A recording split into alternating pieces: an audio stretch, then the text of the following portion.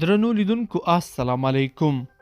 سیګار پر ولسمشر غني د پیسو د ایستلو تورونه څیړي.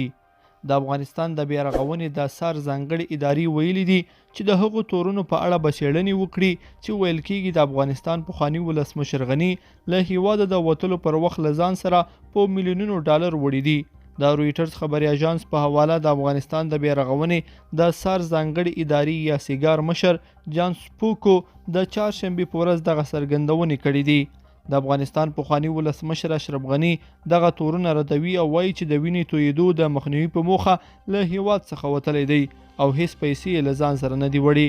خو په دې تړاو شکونه او اټکلونه موجود دي چې له کبله کانګرس د سوبکو ادارې ته په دې اړه د پلټنو سپارښتنه کړې ده.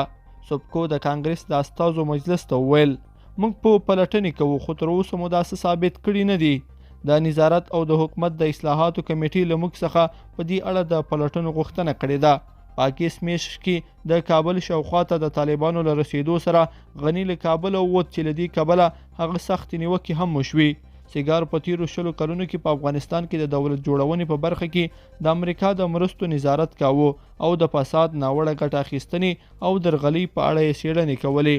جان سپوکو د کانګرس د بهرنیو چارو کمیټې ته وړاندیز کړی چې پرې کمیټه چې په بهر کې د امریکا د پراختیایي مرستو نظارت کوي د امریکا پروژو پر ناکامۍ دي فساد او ناسم مدیریت ته په کتو سره نه حیرانېږي.